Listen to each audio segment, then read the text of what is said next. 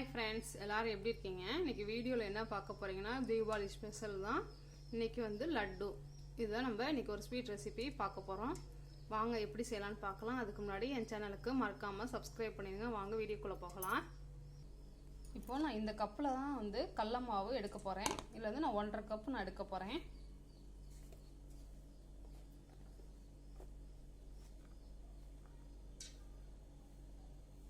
நீங்கள் கடையில் வாங்கிட்டாலும் சரி, இல்லை நம்ம வீட்டில் அரைச்சி வச்சுருந்தாலும் நீங்கள் யூஸ் பண்ணிக்கோங்க.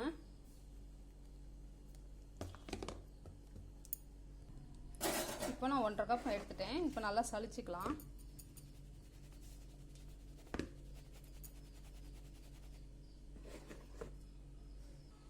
இப்போ நல்லா சலிச்சாச்சு. இப்போ கொஞ்சம் நான் உப்பு சேர்க்குறேன்.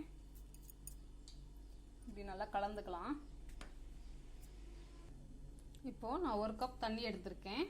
நம்ம கொஞ்சம் கொஞ்சமாக தண்ணியை ஊற்றி நம்ம நல்லா கலந்துக்கலாம்.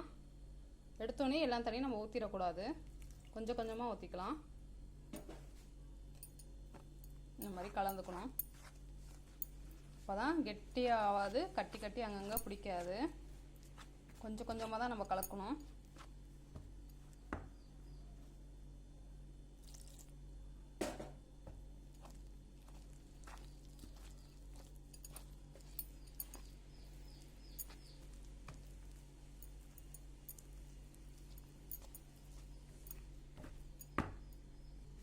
இப்போ இந்த தண்ணியோட கொஞ்சோண்டு நான் கேசரி பவுடர் கலக்கிறேன்.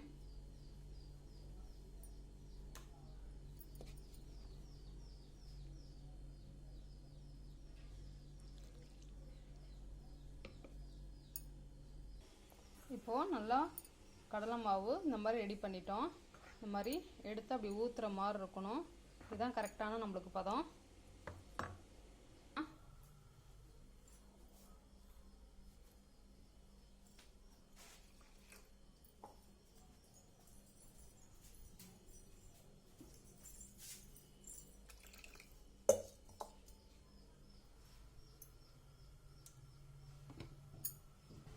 நான் 1/2 கப் தண்ணி சேர்த்துட்டேன். நல்லா கொதிக்கட்டும். சர்க்கரை பாகு முதல் ரெடி ஆகட்டும். நம்ம அதுக்குள்ளேயும் நம்ம மாவு வந்து காரா பூந்தி மாதிரி ரெடி பண்ணிடலாம். இப்போது நல்லா எண்ணெய் ஹீட் ஆயிடுச்சு. இப்போ வந்து நம்ம காரா பூந்தி மாதிரி நம்ம ஒரு கரண்டியில் ஊற்றிக்கலாம். இப்போ இந்த கரண்டியில் தான் நம்ம ஊற்ற போகிறோம். எண்ணெய் சூடாக இருக்கணும், அதே நேரத்தில் நம்ம மீடியமாக வச்சுருக்கணும். கொஞ்சம் கொஞ்சமாக தான் நம்ம ஊற்றி இந்த மாதிரி பொரிக்கணும். ரொம்ப நேரத்துக்கு வந்து நம்ம காரா பூந்தி மாதிரி ரெடி பண்ணிடக்கூடாது. இது கொஞ்சம் வதக்குன்னு தான் இருக்கணும். ஃபஸ்ட்டு கொஞ்சம் கொஞ்சமாக போட்டு நம்ம எடுத்துடலாம். இப்போ இது ரெடி ஆகிடுச்சு, இதை எடுத்துடலாம். இது மாதிரி அடுத்ததையும் நம்ம போட்டுக்கலாம். இப்போது நம்ம சுகர் சிரப்பு ரெடி ஆகிடுச்சா நம்ம செக் பண்ணலாம். இது ஒரு சைடு வந்து ரெடி ஆகிட்டுருக்கு. இப்போது நம்ம இது பண்ணி பார்க்கலாம்.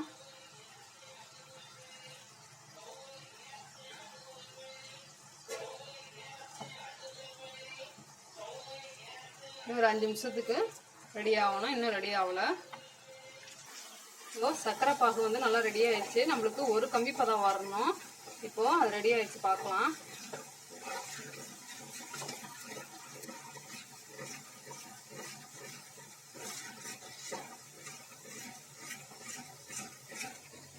பாருங்க, தெரியுதா? ஒரு கம்பி பதம். இது கரெக்டான ஸ்டேஜ். இப்போ நம்ம கேஸ் ஆஃப் பண்ணிடலாம்.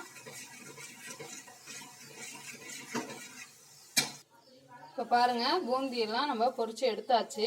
கொஞ்சம் ஆறணும். ஆறுனதுக்கப்புறம் மிக்சி ஜாரில் போட்டு ஒரே ஒரு ஓட்டு மட்டும் ஓட்டி எடுத்துடலாம்.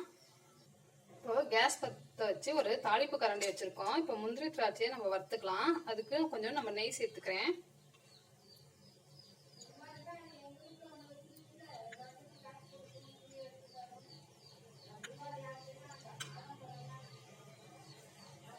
நெய் நல்லா சூடானதுக்கப்புறம் நம்ம முந்திரி திராட்சை சேர்த்துக்கலாம்.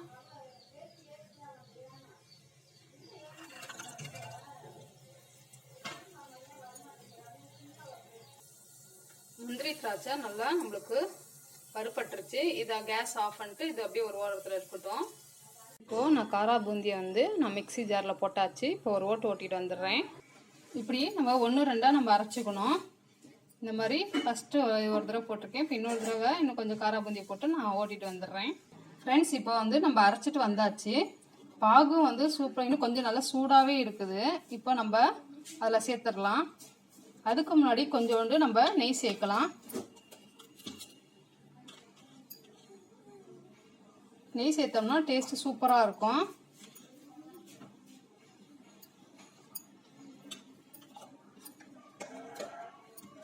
நெய்யை நல்லா கலந்துக்கலாம். அப்படி இப்போது நம்ம அரைச்சி வச்சுருக்க காரா பூந்தியை நம்ம சேர்த்துடலாம். அதில் காரா பூந்தியில் பூந்தி தான். அடுத்தது இன்னும் கொஞ்சம் அரைச்சி வச்சுருக்கோம்னா மீதி, அதையும் சேர்த்துடலாம். கொஞ்சம் சூடாக தான் இருக்கணும்.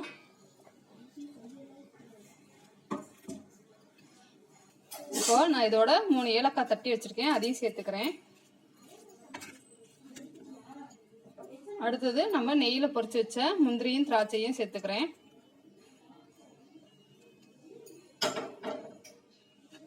நல்லா கலந்து விட்டுட்டு நம்ம ஒரு 10 நிமிஷத்துக்கு மூடி வச்சிடணும். இப்படி நல்லா ஊறணும்.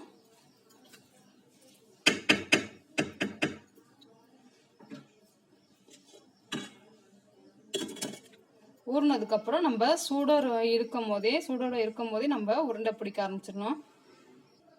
ஒரு 10 நிமிஷத்துக்கு நல்லா ஊறட்டும். ஃப்ரெண்ட்ஸ், இப்போ வந்து நம்ம ஓப்பன் பண்ணி பார்க்கலாம். 10 நிமிஷத்துக்கு மேலே ஆயிடுச்சு. ஓரளவு சூடு இருக்குது. இந்த டைம்லேயே நம்ம பிடிக்க ஆரம்பிச்சிடலாம். அதுக்கு முன்னாடி கொஞ்சோண்டு நம்ம கையில் நெய் தேய்ச்சிக்கலாம்.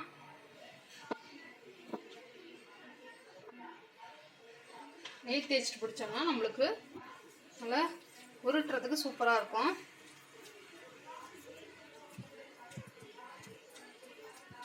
நல்லா ஜூஸியாக இருக்கும் நம்மளுக்கு.